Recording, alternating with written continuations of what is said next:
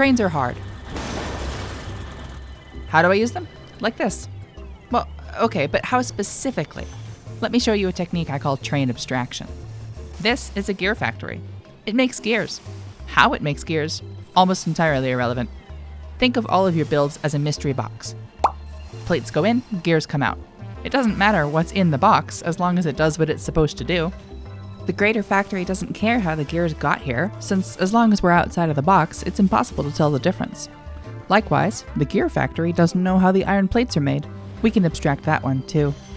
Doing both may seem silly, but when inspected individually, each abstraction was a huge production upgrade. That's basically all there is to a good train abstraction, replacing builds with a train station that does the same thing, usually by importing products from a larger, more mature build. And it doesn't have to be early game only. You could replace a large mid-game build with a huge train depot if you feel the need for it. Anything goes. These can be a very useful tool to fit increased production into tight spaces of your base. By abstracting here, I didn't have to reroute any of my belts and could focus on upgrading just green circuits in complete isolation. Look at how full that belt is. When I'm not making enough of something, I like to create a new, much larger build. By transporting the materials there with an abstracted train, the core of my factory can't tell the difference, and the large build doesn't get in the way of anything else. Remember that this is a sandbox game. You can get as weird with the trains as you want to.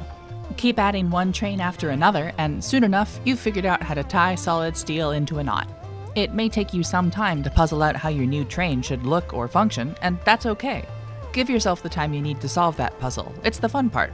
Every train in your base will come out a little bit different. The end game with this, I always imagine, is a section of base with so many abstractions that it has no real purpose anymore and just exists to move items from one train to another. Sure, you could get rid of it by just routing the trains straight to their final destinations, but you could also just be proud of the mess that you've made.